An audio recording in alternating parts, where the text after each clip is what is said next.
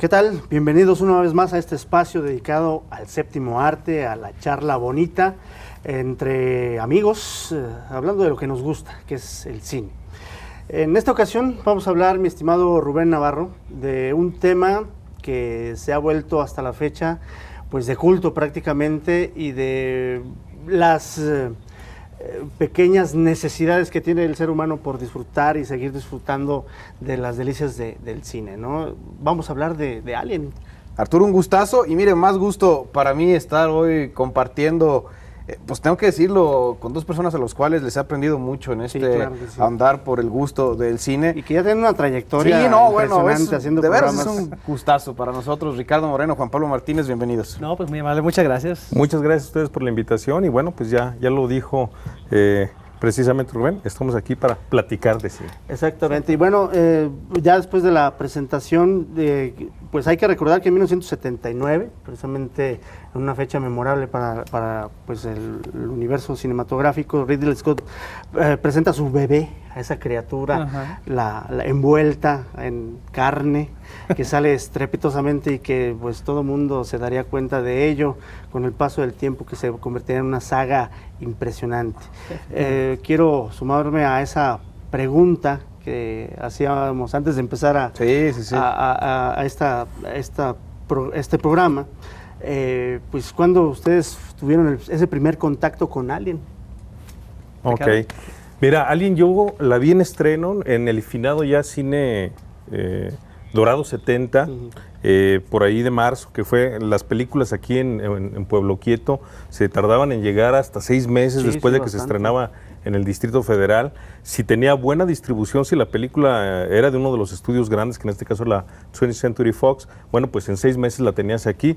Fue un éxito el primer día de estreno, la fila llegaba incluso hasta lo que ahora hoy es la Pluma, que está por ahí del estacionamiento de este centro comercial, de esta tienda departamental, y bueno, pues se convirtió en un éxito. A partir de ahí, toda la semana tuvo lleno completo. Ustedes recordarán que bueno, pues había nada más 2 funciones, la de las 4 y la de las 8, entonces lleno completo. A partir de ahí, la experiencia visual que brinda Ridley Scott es profundamente estrujante. Es una generación que veníamos de ver, que nos habíamos amamantado prácticamente con lo que nos había heredado George Lucas. Exacto. Entonces, bueno, pues teníamos todavía esta cuestión épica en un espacio bondadoso, heroica, llena de seres peludos y bonachones. Cuando de pronto estamos ante la experiencia de una atmósfera sombría, de personajes oscuros, de peligro latente a lo largo de la cinta, dices, aquí estoy con otra cosa, aquí el espacio ya me está empezando a no saber a qué estamos enfrentados, ¿verdad? Y se convierte pues en una película que, como bien lo mencionabas, Arturo, se convirtió con el paso del tiempo en una película obligada para los amantes del cine.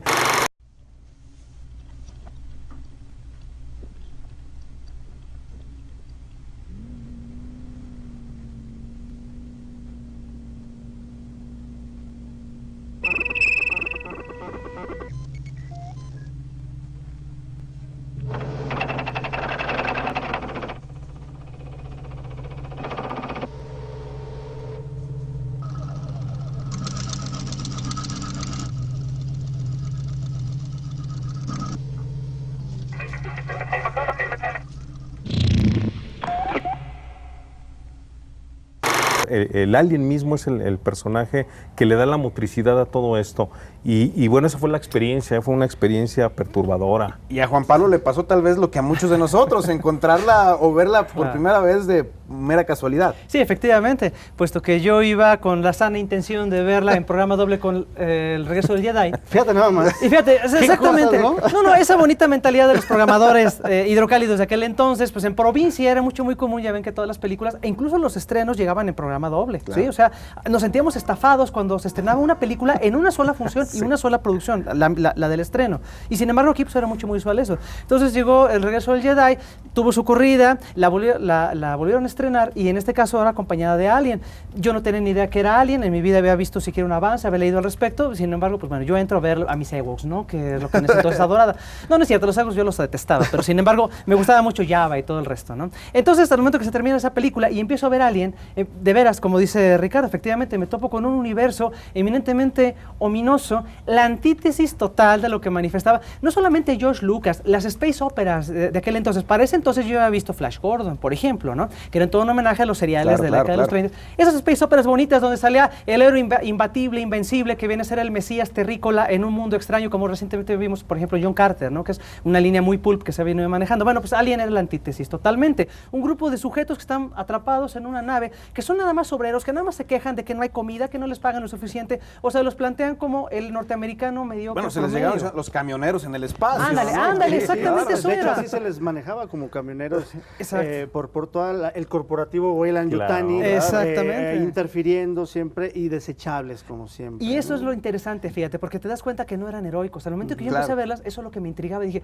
¿de aquí quién va a ser el héroe? ¿Realmente quién domina? De hecho, incluso el guionista que era Dan O'Bannon, paz descanse, que la verdad fue un gran guionista, él tenía la intención de rescatar primero muchos de los elementos que, como mencionaban, se abordaban mucho en el cine B, ¿sí? Originalmente incluso la película se iba a llamar Star Beast. Iba la para bestia estelar. la habían buscado, de hecho a Roger Corman me parece. De hecho, que no era una exactamente. película era de la película. ciencia ficción tan del todo. Creo que estaba ubicada en la Segunda Guerra Mundial o una cosa así. Hubo ¿no? muchos cambios, exactamente. Mutó ese proyecto al punto en que, bueno, es reconocible a cómo se gestó, a cómo terminó, ¿no? Pero sin embargo, Dan O'Bannon tenía esa idea de tratar de darle una línea de madurez, ¿no?, al género de la ciencia ficción. Y lo logra precisamente, bueno, presentando esos personajes totalmente poco arquetípicos del cine de ciencia ficción, y posteriormente el hecho de que, de veras, primero Ridley Scott pareciera sugerir con su ineptitud que plantea esos personajes que pareciera que merecen morir, así de sencillo, ¿no? Entonces, conforme van desapareciendo, se ve una versión galáctica de Agatha Christie y los 10 inditos, ¿no? El diseño de H.R. Giger es Sí, cómo no. impresionante en todos los Definitivamente sentidos. va a ser uno de los tinos, yo Sí, considero, en la sí, película. Se conjugan varios Y el no elementos. mostrarlo de- desde un inicio, aparte. Sí, definitivamente, ¿no? O estar ahí como sugerido solamente entre cadenas. Hay sombras, ves nada más exacto. un Y eso es ejercicio lo de que metonimia generó el temor con en parte el público. del cuerpo, el audio. Nunca está del todo abierto, ¿no? Entonces, está muy bien manejada la atmósfera. El diseño de Giger, que es genial, adelantado, muy adelantado. Sí. Juan Pablo lo apuntalaba muy bien. Estábamos acostumbrados a botargas, a seres de plástico. Aquí no, le provee de una dimensión bastante interesante. Y otro elemento, que son estos personajes que se encuentran pues prácticamente a la antihéroes, merced, ¿no? a la merced de lo que está ahí, que están minimizados prácticamente, y el personaje que va a convertirse, yo lo consideraría hasta cierto punto azaroso, en heroína, ¿eh? Y olvidándonos de un personaje importante que es Ash. Que sin sí, duda, sí, otro cómo de los no. que se roba para mí la película Ian Holm, ¿no? Sin duda. Claro. Sí.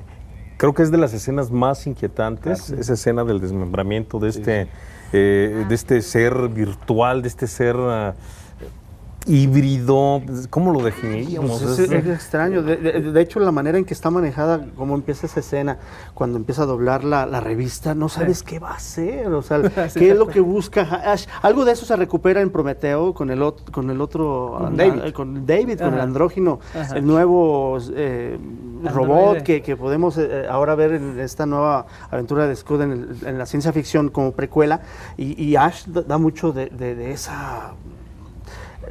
Ese acercamiento también a esos elementos humanos pero extraños, ¿no? Esa parte del desmembramiento del personaje de Ash creo que va a marcar de forma definitiva la forma de percibir a estos androides a lo largo de las siguientes películas. Aprendemos a desconfiar de ellos. Sí. Creo que la parte donde dice, pues vine, yo soy el único que viene aquí en realidad por la chamba, ustedes son la comida de lo que me voy a llevar. Y que lo demuestra después Ripley en la segunda parte, desconfiando del personaje De Bishop. de Bishop, Exactamente. de Lance Henriksen. Exacto. Y que se va a conservar. Claro. Y ya tocaste la segunda parte. Van a pasar algunos años para que se vuelva a retomar el personaje. El personaje, en este caso, de Ripley. De hecho, 57 años, según la Bueno, sí, la cronología de la según la película. cronología de la película. Not to bring back, but to wipe them out. That's the plan. All right, people, on the ready line. Are you ready?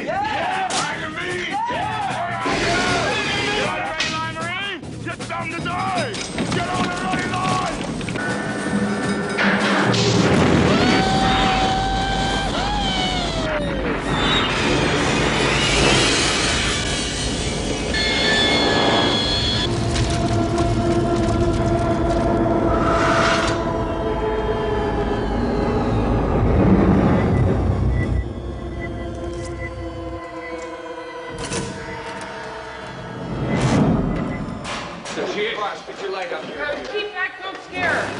Movement. Talk to me, Hudson. I got signals. I got readings in front and behind. There's nothing back here. Look, I'm telling you, there's something moving and it ain't us. Get them out of there!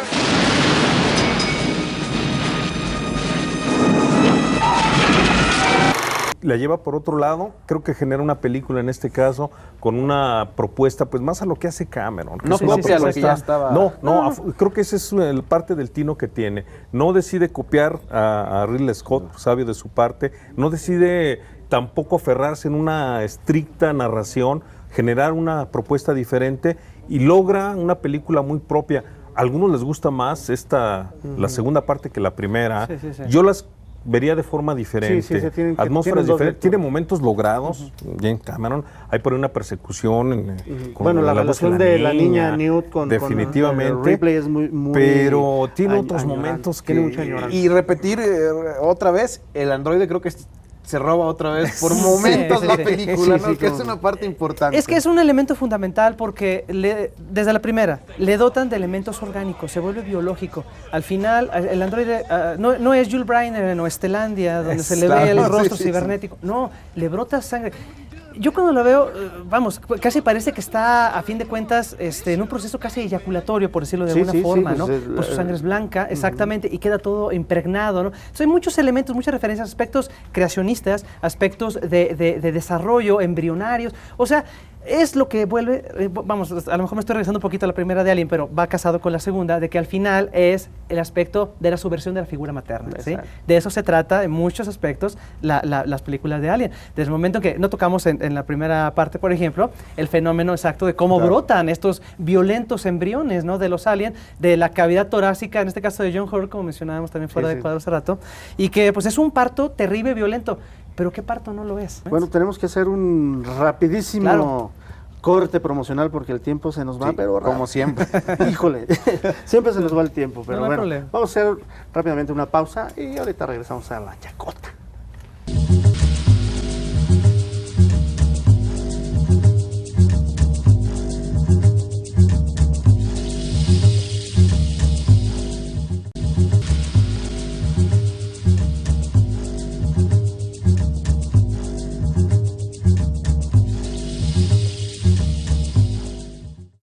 Bueno, y gracias que continúen con nosotros a través de la señal de radio y televisión de Aguascalientes. Seguimos hablando de la saga de Alien. La verdad, creo que el tema da para mucho y se ha puesto bastante rica la plática. Y qué mejor que con gente que conoce muy bien de este universo creado, y me atrevo a decir, por diferentes autores, ¿no? Porque vamos, todos le han impregnado un sello importante. Tocamos precisamente el tema de lo que había sido Aliens de James Cameron, que tal vez...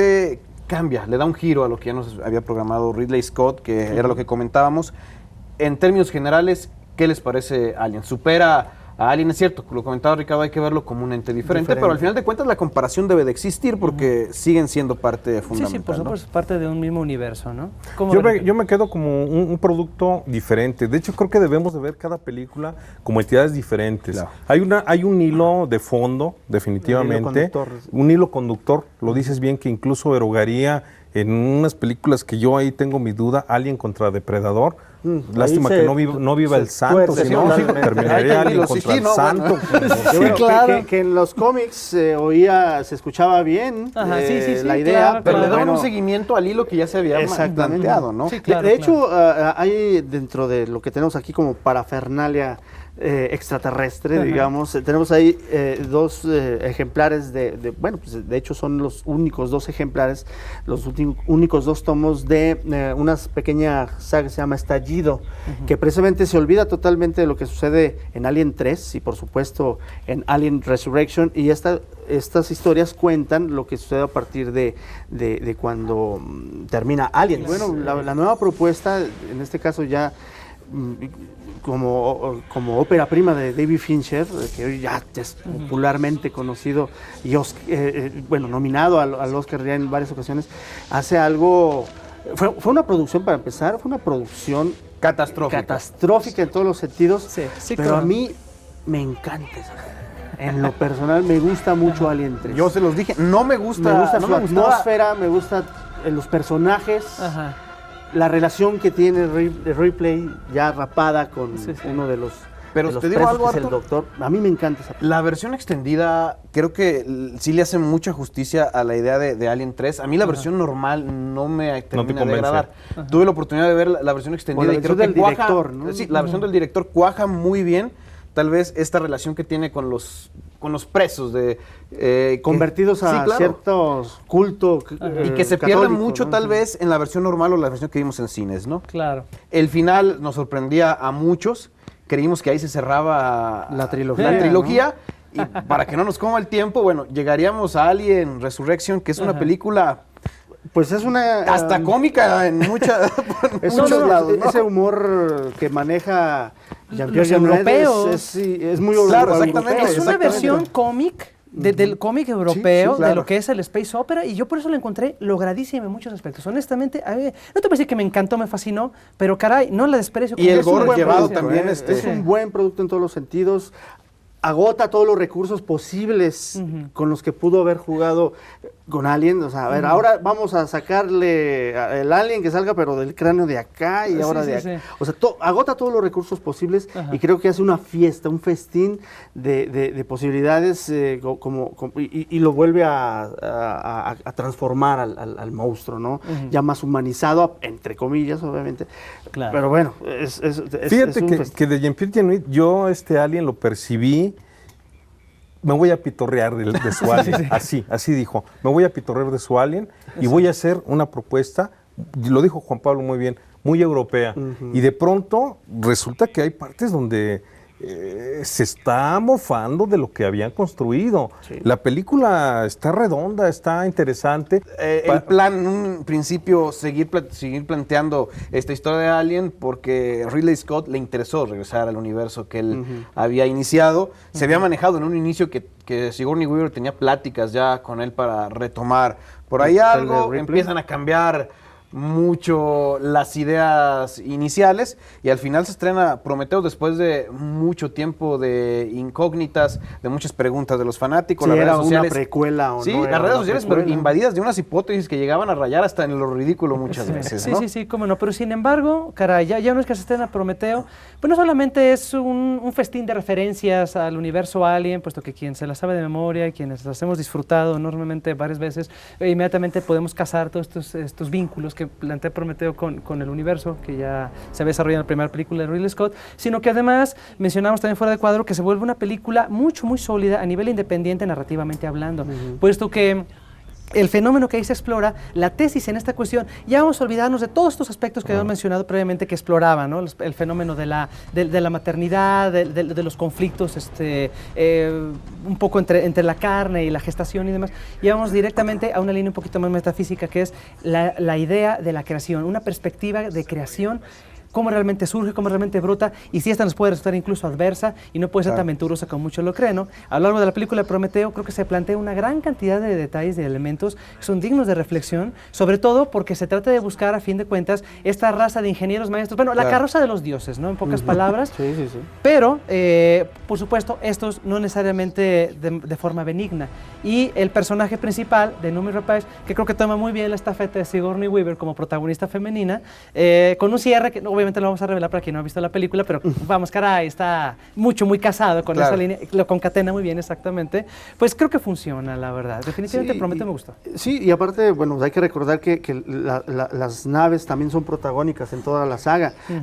Nostromo, que tú bien recordarás ese programa realizado en el Instituto Cultural, que era, pues, seguramente de ahí te inspiraste, la nave Nostromo, tripulada por solamente 7, la Sulaco de Aliens y Auriga, que era Alien Resurrection, obviamente ya era un planeta el que figuraba en Alien 3, pero aquí Prometeo también tenía esa característica de otro protagónico, otro actor ahí haciendo, formando parte de lo complejo que es, porque es una película muy inteligente, pero fácil de leer hasta cierto punto. No, sí, claro, por supuesto. De hecho, desde el momento en que la nave se llama Prometeo, que va a la búsqueda precisamente de los orígenes del hombre, recordemos quién era Prometeo, ¿no? A fin de cuentas, le da al hombre el fuego, desafía a los dioses, etcétera. Entonces, le provee de esa sabiduría, ¿no? Y a partir de ahí, es tratar de generar un discurso xenogenético para tratar de realmente entender un poco, bueno, en el transcurso de la película y los mismos personajes,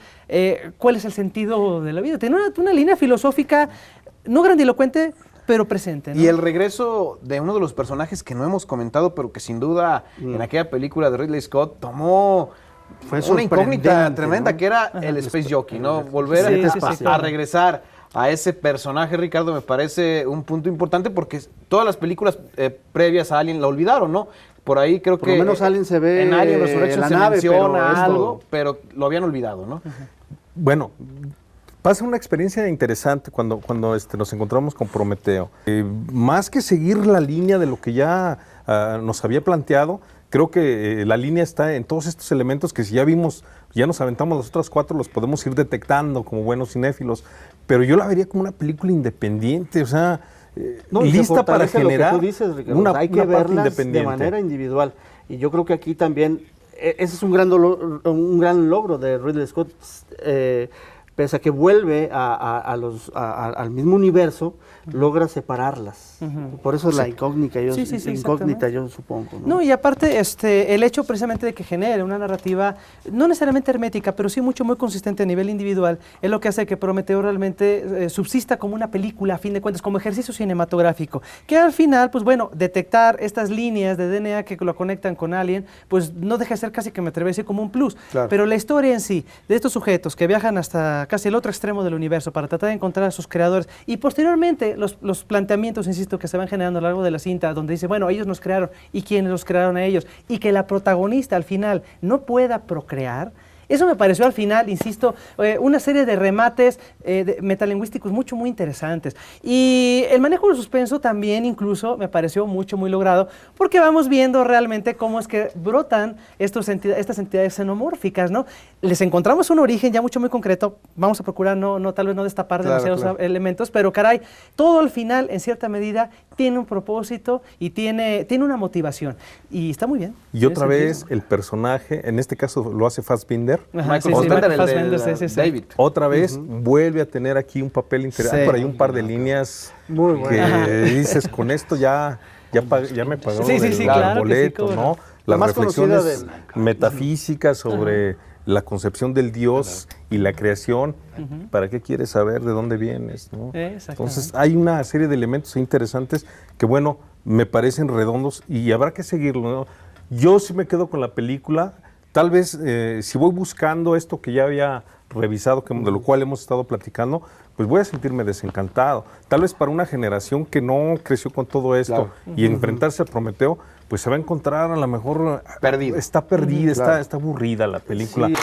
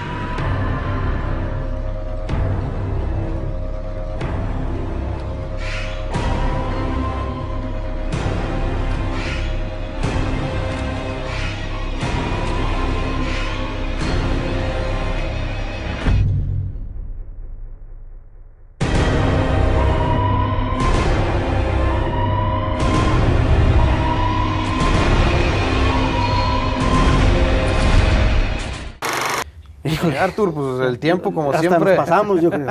Es nuestro amigo. Señores, la verdad, un placer estar platicando con ustedes. Seguramente aquí estarán en los programas. Claro, por supuesto. Es la idea. Un gustazo para nosotros platicar y aprender mucho de cine con ustedes, mi Artur. Nosotros nos despedimos porque el tiempo es oro y bueno, pues hay muchas más cosas que hablar en en emisiones posteriores, ¿no es así? Así es, Arturo, nos vemos. Muy buenas noches y recuerde que en el espacio nadie oye sus gritos.